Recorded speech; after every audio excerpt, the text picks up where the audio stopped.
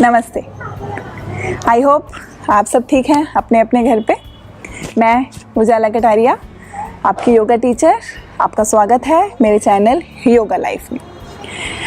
आज जिस टॉपिक पे मैं ये वीडियो लेकर आई हूँ वो प्रॉब्लम का नाम है IBS, इरिटेबल बॉल सिंड्रोम, जिसको आंतों का रोग बोलते हैं। स्पेशली जो लार्ज इंटेस्टाइन है उससे रिलेटेड होती है ये प्रॉब्लम। इसमें क्या होता है, पेट जो है डिस्कम्फर्ट रहता है, डाइजेस्टिव सिस्टम की जो नर्व्स हैं वो काफ़ी ओवर सेंसिटिव हो जाती हैं। लोग एक टाइम पे काफ़ी सारी प्रॉब्लम्स जो हैं फेस करते हैं। गैस्ट्रिक प्रॉब्लम हो जाती है, कई लोगों को लूज मोशन लग जाते हैं और साथ कई बार कॉन्स्टिपेशन भी रहती है। तो ये प्रॉब्लम कुछ ना कुछ अंदर, क्योंकि डाइजेस्टिव सिस्टम जो है वो वीक होता रहता है, इंटेस्टाइन्स की प्रॉब्लम और बढ़ती रहती हैं, तो उसके साथ साथ और बहुत सारी प्रॉब्लम्स इंक्लूड हो जाती हैं। एंजाइटी की प्रॉब्लम हो जाती है, स्लीप डिसऑर्डर्स हो जाते हैं, स्ट्रेस होने लग जाता है। ये प्रॉब्लम भी कहीं ना कहीं स्ट्रेस की वजह से भी होती है। दोनों का आपस में कनेक्शन है, ठीक है। जैसे बड़े लोग बोलते हैं कि जो हमारे दिमाग का कनेक्शन है वो हमारे पेट से है, ठीक है। यहाँ स्ट्रेस रखोगे तो यहाँ गड़बड़ रहेगी ही रहेगी, यहाँ गड़बड़ होगी तो वो यहाँ असर करेगी। दोनों का आपस में पूरा कनेक्शन है। तो IBS की जो प्रॉब्लम है उसको कुछ हद तक, देखिए ऐसा नहीं बोलना चाहिए कि योगा से आपकी ये प्रॉब्लम जो है 100% दूर हो जाएगी, बट हाँ कुछ योगासन जो हैं वो आपकी हेल्प करेंगे इस प्रॉब्लम को कम करने में, आपके स्ट्रेस लेवल को दूर करने में। तो जब स्ट्रेस नहीं रहेगा तो ये प्रॉब्लम धीरे धीरे आपकी ख़त्म होनी शुरू हो जाएगी। प्लस खाने पीने का ध्यान रखना है, अपने डॉक्टर से भी कंसल्ट कीजिए कि क्या है, किस तरह करना है, खाने पीने में कौन सी डाइट लेनी है, लाइट खाना लेना है, लिक्विड्स ज़्यादा लेने हैं, दोनों चीज़ आपको करनी है। बहुत सारे लोग जो आज के टाइम में इस IBS की प्रॉब्लम को फेस कर रहे हैं, डरने वाली बात नहीं है। थोड़ा ध्यान रखिए, थोड़ी पेशेंस रखिए। सबसे बड़ी चीज़, मैं हर बार बोलती हूँ, सबसे बड़ी चीज़ है इसको पॉजिटिव रखिए। सब चीज़ यहाँ से शुरू होती है। इसको सही रखेंगे, माइंड पॉजिटिव रखोगे, जितना रिलैक्स रहोगे उतना बॉडी अच्छा रिस्पॉन्ड करेगी। जितनी नेगेटिविटी रहेगी, नकारात्मक सोच रहेगी, उतना ही बॉडी की जो एनर्जी है वो धीरे धीरे नीचे आ जाएगी। चलिए बढ़ते हैं आसन्स की तरफ। सबसे पहले करना है प्रसारित पदोत्तानासन। चलिए प्रसारित पदोत्तानासन, जिसको वाइड लेग फॉरवर्ड बेंड बोलते हैं, उसको कैसे करना है देखेंगे ध्यान से। धीरे धीरे अपनी लेग्स में गैप लेके आएंगे। जितना मैक्सिमम आप ला सकते हैं उतना लाइए, ठीक है, अपने अकॉर्डिंग। कम करना है कम कर लो, मैक्सिमम करना है मैक्सिमम कर लो, जितना कंफर्टेबल लगे उतना। अपने टोज को थोड़ा सीधा रखेंगे सामने की तरफ, इस तरह से। बाहर की तरफ नहीं रखना है, पूरा अंदर भी नहीं रखना है, टोज को बिल्कुल सीधा रखना है। और जो आपका बॉडी वेट है वो पैर के बाहर के हिस्से की तरफ ज़्यादा रहेगा, अंदर की बजाय पैर का जो आउटर पार्ट है उस पर अपना बॉडी वेट डाल के रखना है। और try to straight your knee, थोड़ा सा रिलैक्स रख सकते हैं, ठीक है। बैंड नहीं रखना है, सॉफ्ट रखना है, रिलैक्स रखना है। उसके बाद क्या करना है, दोनों हाथों को इस तरह अपनी वेस्ट पे प्लेस करना है। यहाँ पे ब्रीद इन करना है और फिर ब्रीद आउट करते हुए, देखिए ऐसे शोल्डर्स को आगे नहीं करेंगे, झुकना नहीं है। अपनी चेस्ट को ओपन अप करके रखेंगे, शोल्डर्स को पीछे की तरफ रखेंगे। दोनों हाथों को इस तरह से प्लेस किया। उसके बाद धीरे धीरे अपनी लोअर बैक से इस तरह आपको आगे की तरफ झुकना है, जितना मैक्सिमम आप झुक सकते हैं। यहाँ आने के बाद अपने दोनों हाथों को इस तरह ज़मीन पर रख दीजिए, ठीक है। यहाँ आने के बाद अपनी नीज को थोड़ा सा स्ट्रेट करते हुए, पीछे लॉक करते हुए, अगर यहीं तक आया जाता है तो यहीं तक होल्ड करिए। अपने हेड को इस तरह से ड्रॉप कर दीजिए नीचे की तरफ। बट अगर और नीचे जा सकते हैं तो क्या करना है, अपनी एल्बोज़ को बेंड करते हुए, जो आपकी एल्बोज़ हैं ऐसे बाहर की तरफ नहीं जाएंगी, अंदर की तरफ। एल्बो जो है अंदर की तरफ बेंड होनी चाहिए, बाहर की तरफ नहीं होनी चाहिए, इस बात का ध्यान रखेंगे। हाथों को ज़्यादा इस तरह नहीं लेके आना है, सेंटर में रखना है, अपने दोनों पैरों के बीच में रखना है, ठीक है जी। उसके बाद एल्बोज़ को इस तरह बेंड करते हुए अपने हेड को और नीचे की तरफ ड्रॉप करेंगे। जो टॉप ऑफ द हेड है, क्राउन चक्र है, उसको इस तरह ज़मीन पे रखेंगे। Hold here for maximum time. जितना कंफर्टेबली होल्ड कर सकते हैं उतना करना है। गैस्ट्रिक प्रॉब्लम में बहुत हेल्प करेगा ये।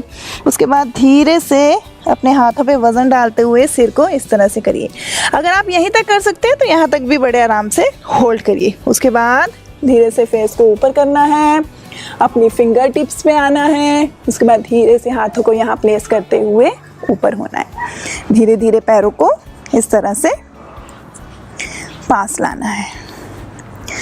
ये तो था प्रसारित पदोत्तान आसन। चलिए बढ़ते हैं अपने अगले आसन की तरफ, जिसका नाम है वज्रासन। वज्रासन को कैसे करेंगे देखिए। वैसे तो बहुत सारे लोग हैं जिनको पता है वज्रासन कैसे करना है। इस तरह अपने नीज़ पे आते हुए, ठीक है, अपने नीज़ को जोड़ के रखेंगे। अभी पीछे जो बिग टो है वो आपस में जुड़े रहेंगे। जो बिग पैर का अंगूठा है उसको जोड़ के रखना है, और आपकी हील्स जो है उसमें गैप रहेगा। हील्स को जोड़ के नहीं रखेंगे। हील्स के बीच में जो गैप है आपको उसके बीच में बैठना है। चाहे तो अपने हाथ से इस तरह अपनी हील्स को बाहर की तरफ और खोलते हुए, अच्छे से स्पेस बनाते हुए इस तरह बैठ सकते हैं। देखिए, इस हील को पकड़ के मैंने इस तरफ बाहर की तरफ खींच दिया और दूसरी को दूसरी तरफ खींच दिया। इस तरह बीच में बैठ जाइए। वज्रासन में क्या करना है, कभी भी झुक के नहीं बैठना है। डाइजेस्टिव सिस्टम के लिए ये सबसे बढ़िया आसन है। खाना खाने के बाद वज्रासन में ज़रूर बैठिए। ये एक अकेला आसन है जिसे हम खाना खाने के बाद भी कर सकते हैं। कभी भी ऐसे झुक के नहीं बैठना है। Keep your back straight, neck straight. हाथों को नीज पे इस तरह से रख लीजिए, इस तरह से रख लीजिए। जैसे आपको रखना है वैसे रख लीजिए। कम से कम हो सकता है शुरू में आपसे 10 सेकंड भी ना बैठा जाए, बट अगर आप इसकी डेली प्रैक्टिस करेंगे 10 सेकंड, 20 सेकंड, 30 सेकंड, 40 सेकंड, धीरे धीरे 1 मिनट, 2 मिनट्स, 5 मिनट तक इसको लेके जाइए। 5 मिनट तक कोशिश करिए ज़रूर बैठें। ज़्यादा बैठने की ज़रूरत नहीं है।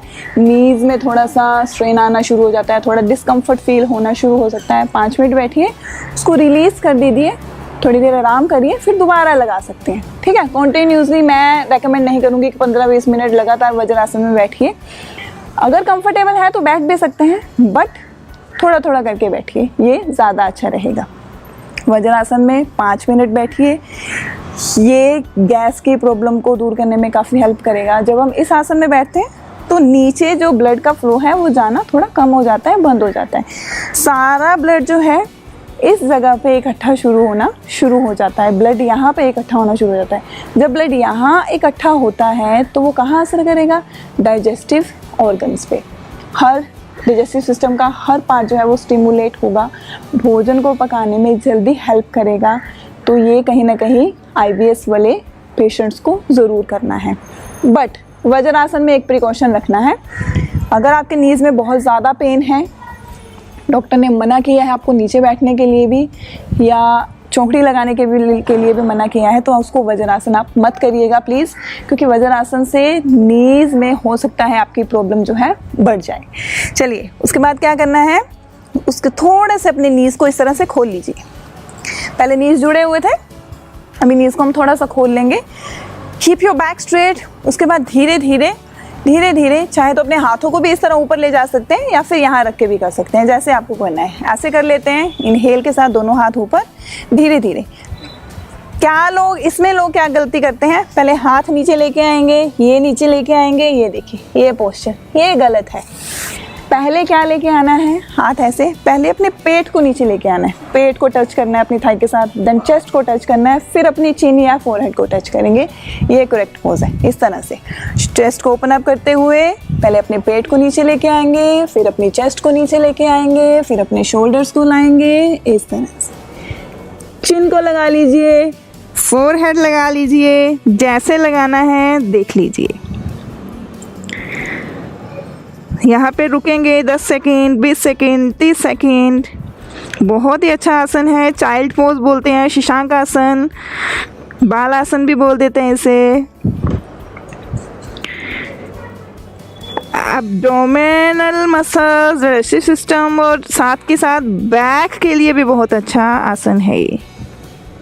जब वापिस आना है, पहले फेस को अप करेंगे, देन शोल्डर्स को अप करेंगे, ठीक है। उसके बाद धीरे धीरे अपनी बैक को सीधा रखते हुए वापस आना है।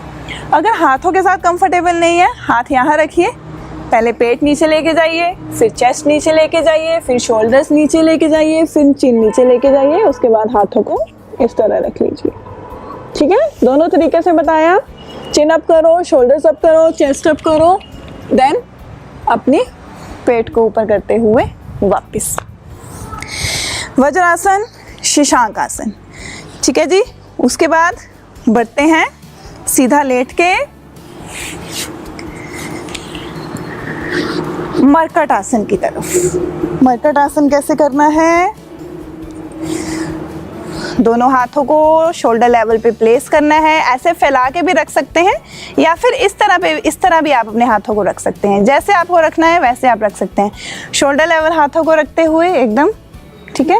उसके बाद अपना जो लेफ्ट पैर है उसको इस तरह राइट थाई पे प्लेस करिए, राइट थाई पे, ठीक है। राइट थाई पे प्लेस करने के बाद इसको राइट साइड ही ड्रॉप करिए, इस तरह से जितना आप ले जा सकते हैं लेके जाइए, इस तरह पूरा। एब्डोमिनल ट्विस्ट पूरा हो रहा है। ऊपर देख सकते हैं, अपनी ऑपोजिट साइड पे देख सकते हैं। चाहे तो नी को पूरा नीचे लगा लीजिए, जितना आप लगा सकते हैं नीचे की तरफ ले जा सकते हैं। इनहेल करते हुए वापस आएंगे इस तरह से, लेग सीधी। अब दूसरी लेग को लेफ्ट थाई पे रखते हुए लेफ्ट साइड ही ड्रॉप करेंगे। हाथ को, शोल्डर को पूरा नीचे लगा रहने दें। जितना लेके जा सकते हैं उतना लेके जाइए।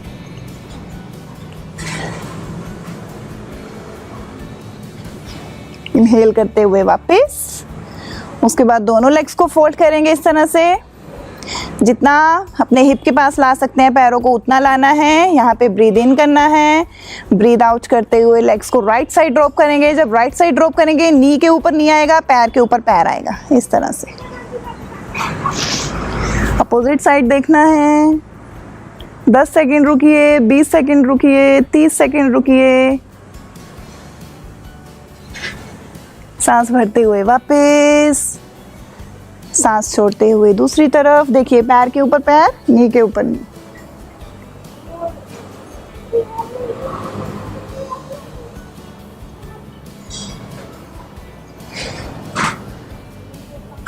इनहेल करते हुए धीरे से वापस पैरों को सीधा करेंगे, हाथों को नीचे लेके आएंगे और डीप ब्रीथिंग करेंगे यहाँ पे थोड़ी सी। चलिए अब करते हैं Ardha Pawan Muktasana, half knee to chest pose. कैसे करना है? पहले अपनी राइट लेग से करूंगी। राइट लेग को इस तरह से फोल्ड करते हुए अपनी चेस्ट के पास लेके आना है। उसके बाद अपने दोनों हाथों की उंगलियों को मिलाते हुए उसको ऊपर से इस तरह से दबाना है अपनी चेस्ट की तरफ। टोज आपके रिलैक्स रहेंगे, इस तरह बाहर की तरफ रखेंगे थोड़ा, ठीक है। उसके बाद अगर किसी को शोल्डर्स में पेन है या सर्वाइकल प्रॉब्लम है तो वो सिर्फ इतना ही करें। अगर कोई प्रॉब्लम नहीं है तो सांस को छोड़ते हुए, एक्सेल करते हुए अपने नी को अपने नोज़ के साथ टच करना है, ये चीज़।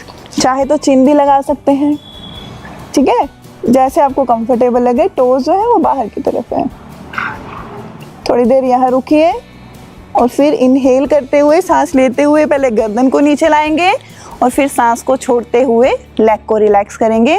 इसी तरह अब हम दूसरी तरफ से करते हैं। ब्रीद इन, लेग को फोल्ड करें, ब्रीद आउट, अपनी तरफ लाएं, ऊपर से उसको अच्छे से प्रेस करें और breathe in again and breathe out.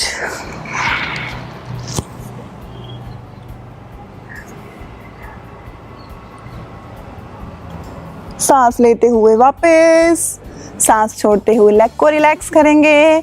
अब complete knee to chest pose, दोनों लेग्स के साथ पवन मुक्तासन। दोनों लेग्स को फोल्ड करें, अपनी चेस्ट के पास लेके आएं, उसको अच्छे से इंटरलॉक करते हुए हाथों को उसको प्रेस करेंगे। देन विद द एक्सेल चिन लगा लो, नोज लगा लो।